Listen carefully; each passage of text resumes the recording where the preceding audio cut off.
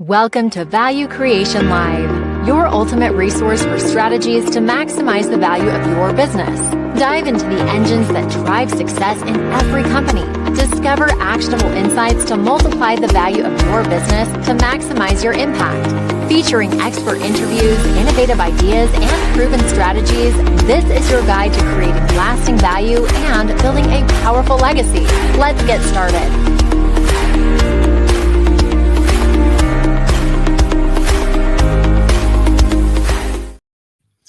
Welcome to Value Creation Live. I'm your host, Darrell Amy, and I'm glad you've joined us today because we want to ask a question that I think has plagued a lot of business owners, and that is, what's the real value of culture?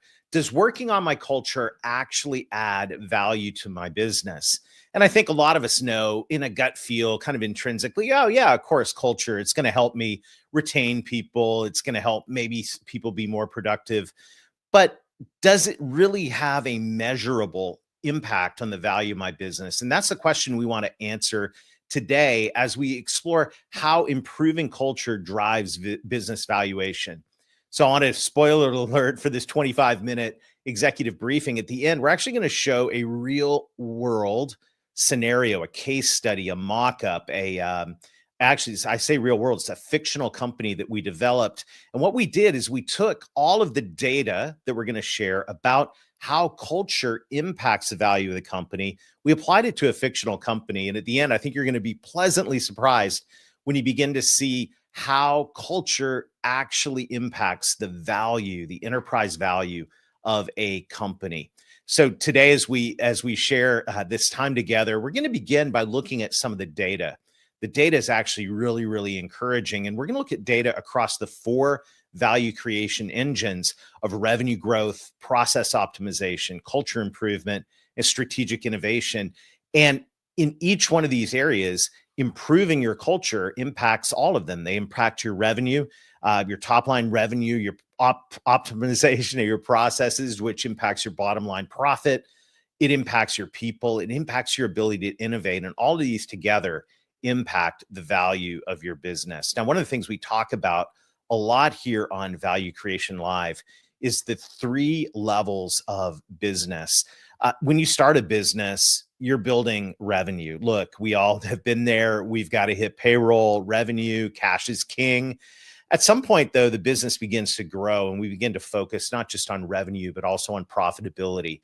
Usually during this stage is when a business begins to think about its operations and puts in a leadership team. Maybe you put in a business operating system, so you have a cadence and KPIs and a planning structure.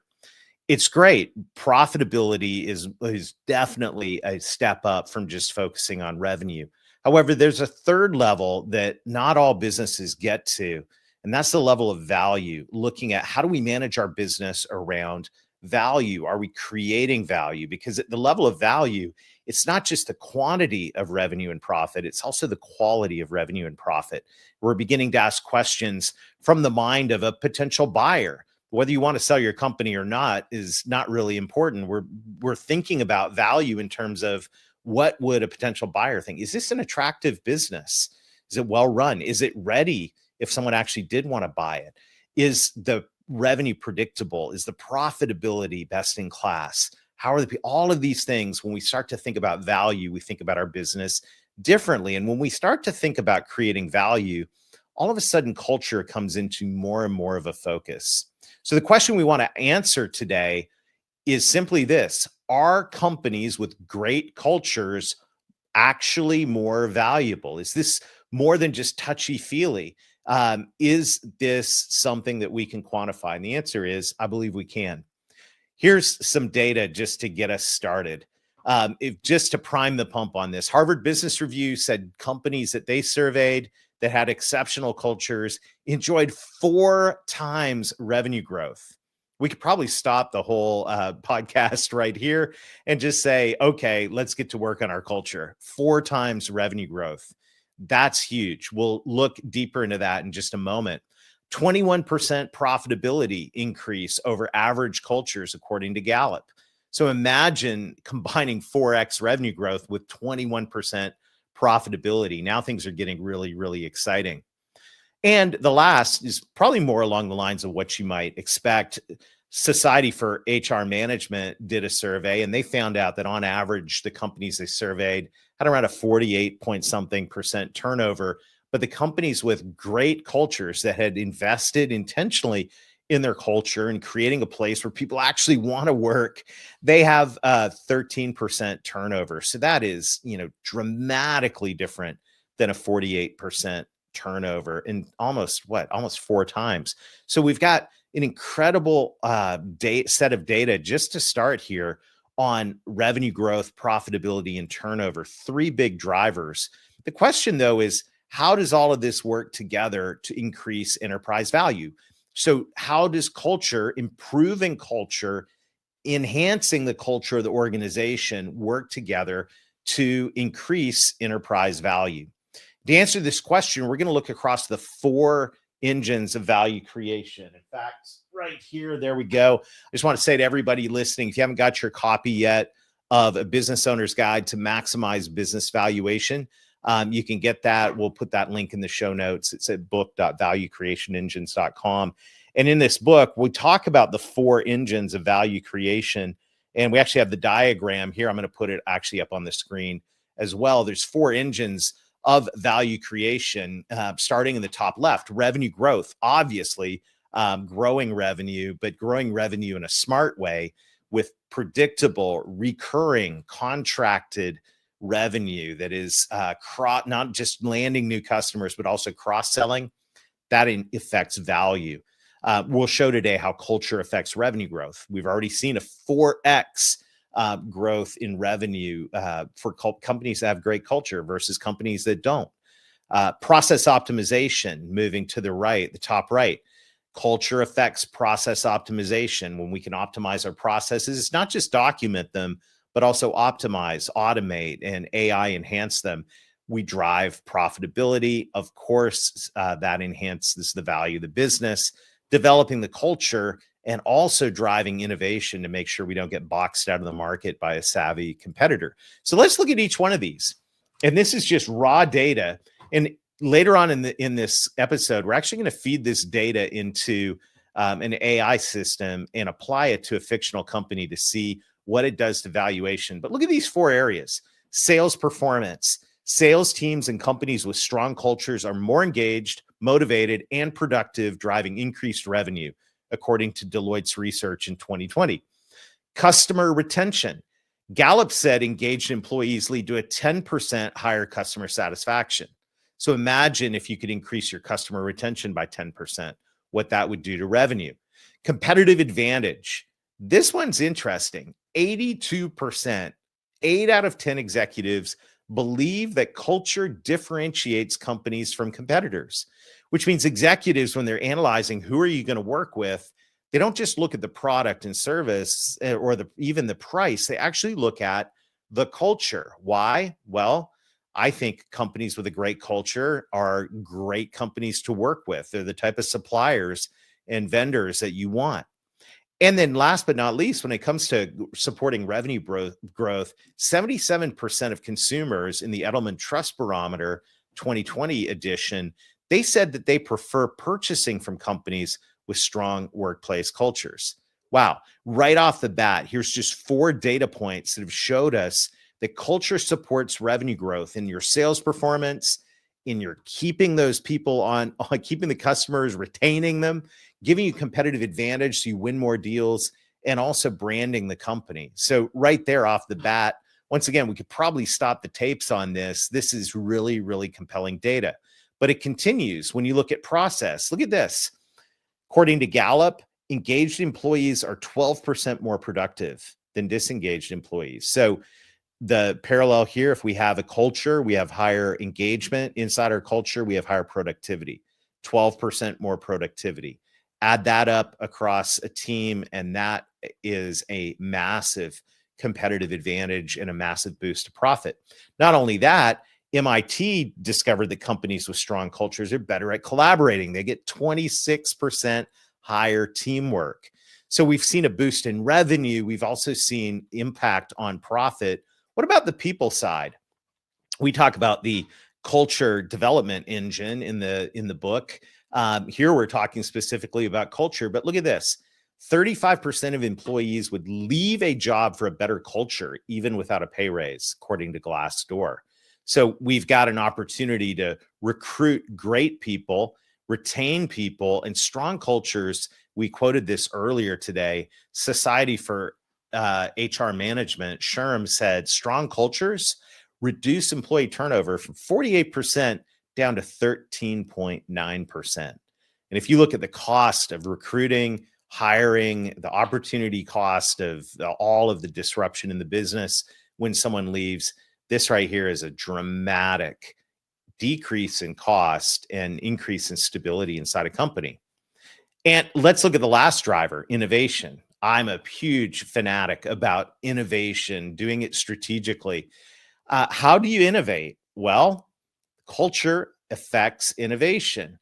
Google, in their Project Aristotle report, found that teams that feel comfortable taking risks and sharing ideas. So we've got, what you might call a safe culture where it's okay to fail. They feel psychological safety. They're 50% more innovative. Imagine 50% more innovation. And then companies with a culture of continuous learning pivot more effectively in uncertain markets.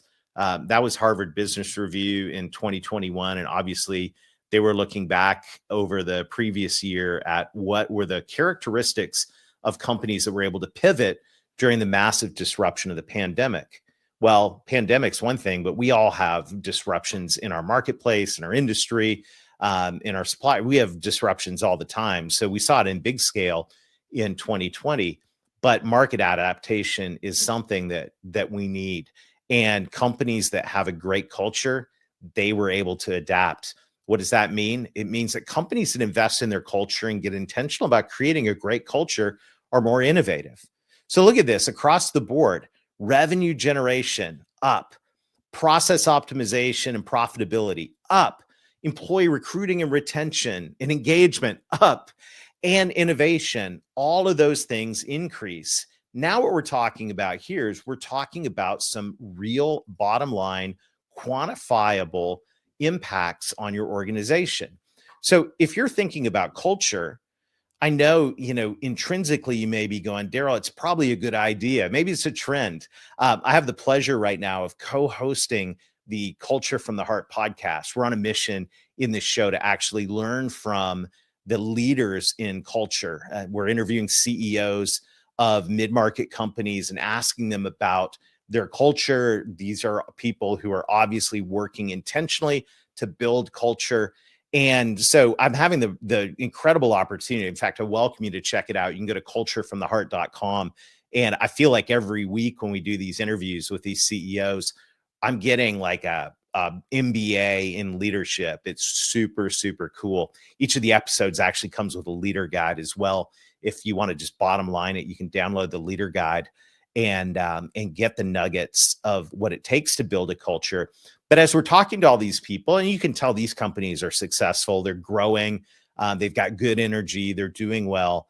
But what's really, really cool about this is now we're able to look at a model and we're able to go, okay, well, does this actually make a difference? Is this just feel good, or is there more to it than feel good?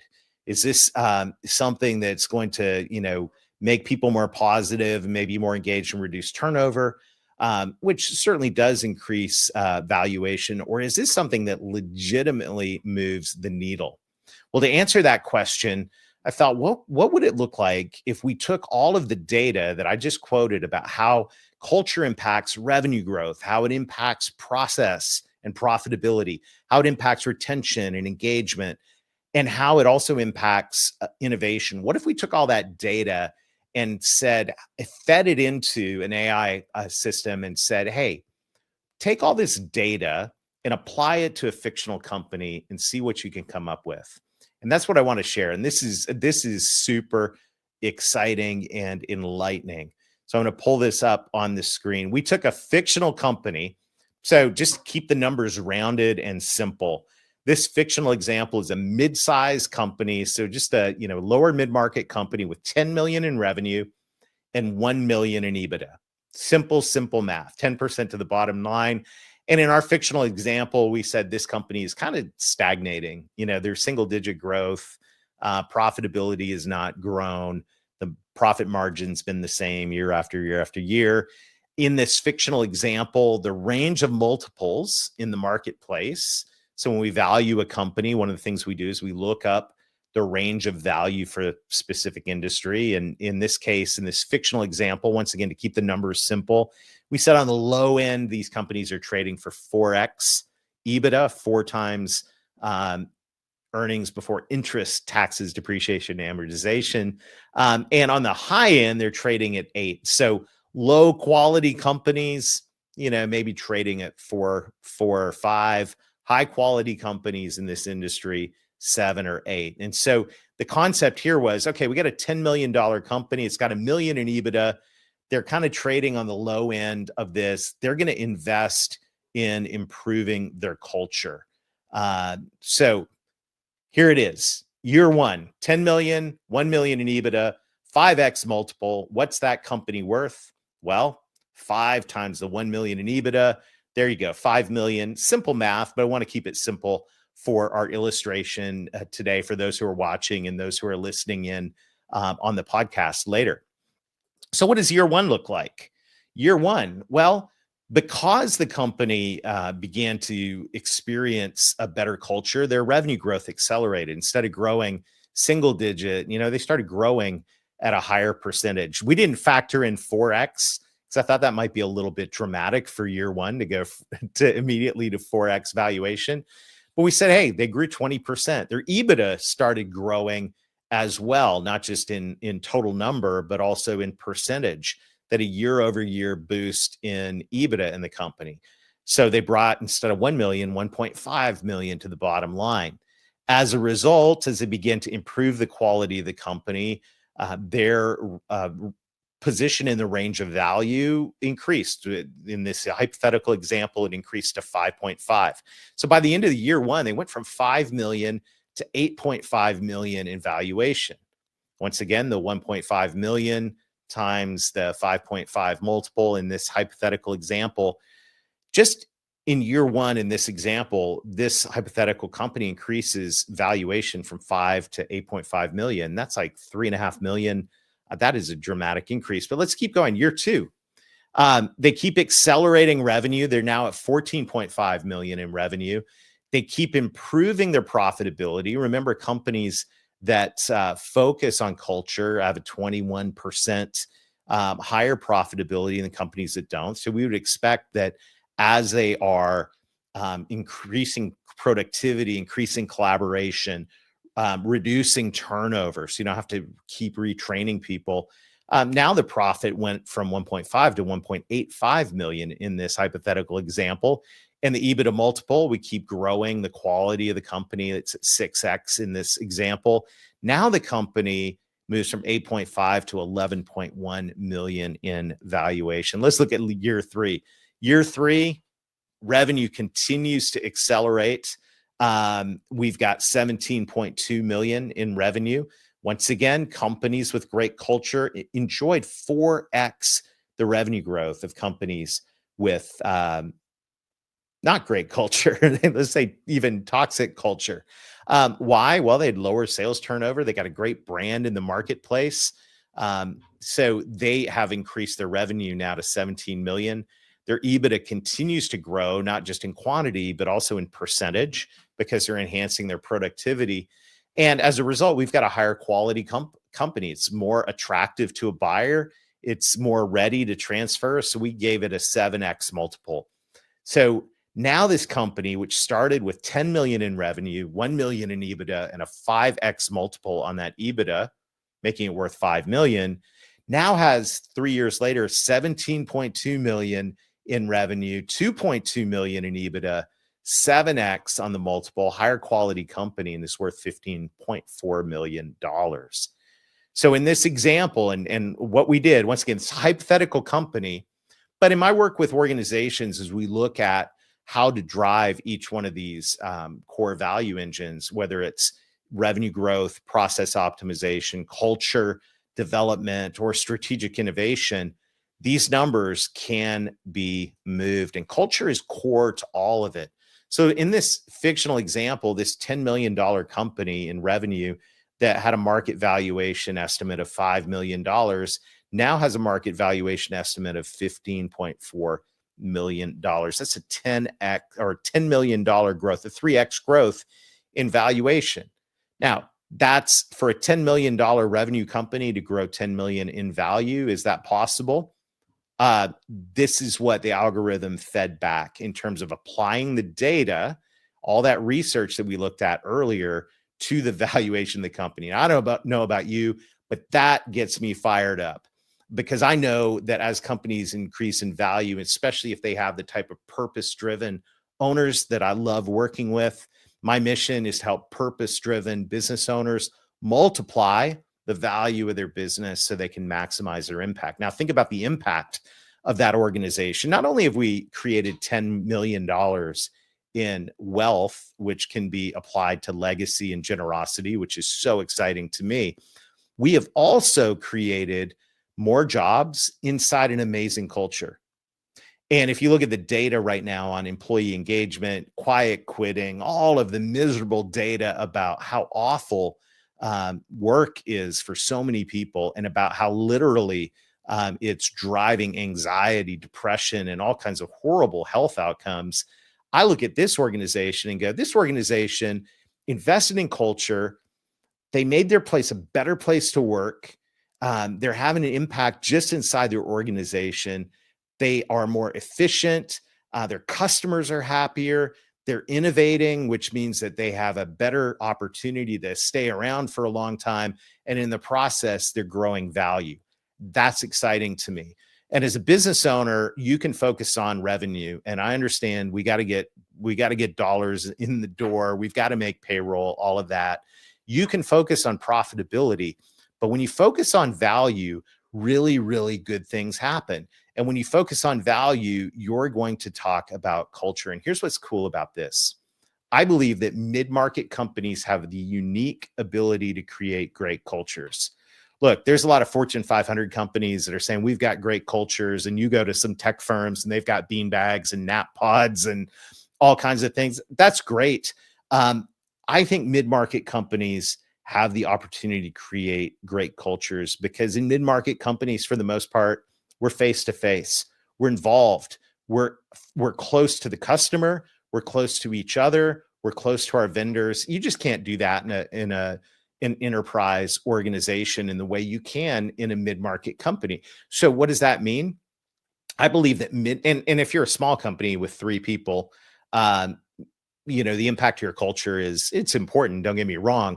But when you're a mid-market company, I'm talking companies with 10 to 50, 100 million in revenue, and maybe on up, you've got an incredible opportunity to drive value in your organization by focusing on culture. And how interesting is that?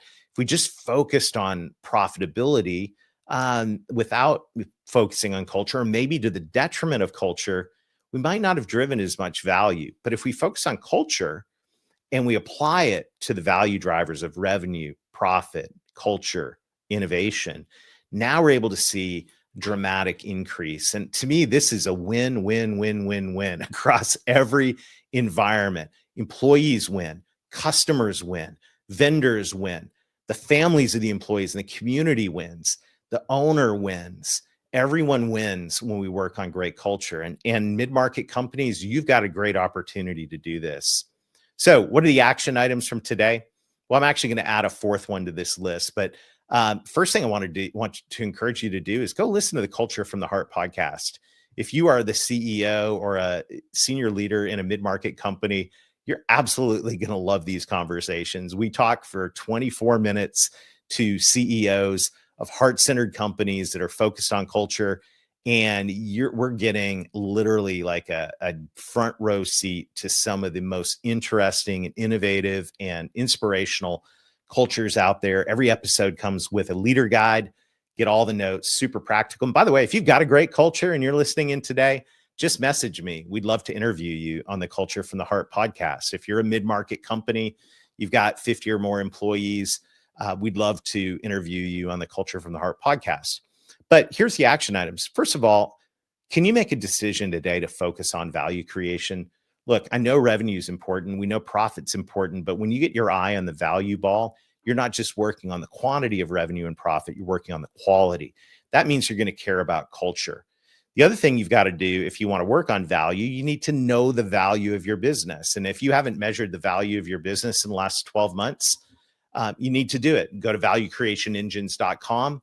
We'll give you some guidance on how we could help you get a market-based valuation that not only shows you the current value of your business, but maybe even more importantly, what it could be worth if it were best in class. And part of being best in class is having that amazing culture. So you can see what your business could be worth if it were performing at best in class. And that'll give you the vision to create what we love doing with leadership teams is developing a value creation plan. So check out the Culture from the Heart podcast. Choose to focus on value, measure the value of your business, and develop a value creation plan.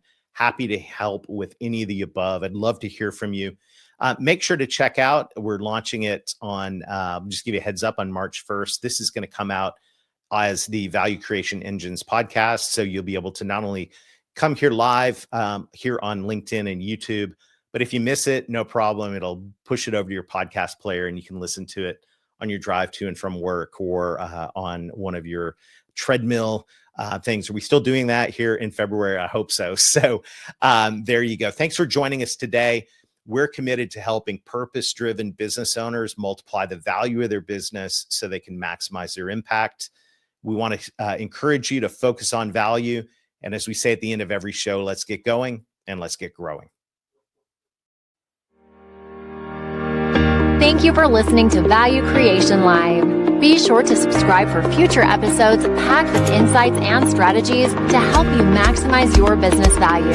To learn more, access tools, and schedule a consultation, visit valuecreationengines.com. The decisions you make today set the foundations for the legacy you'll create tomorrow.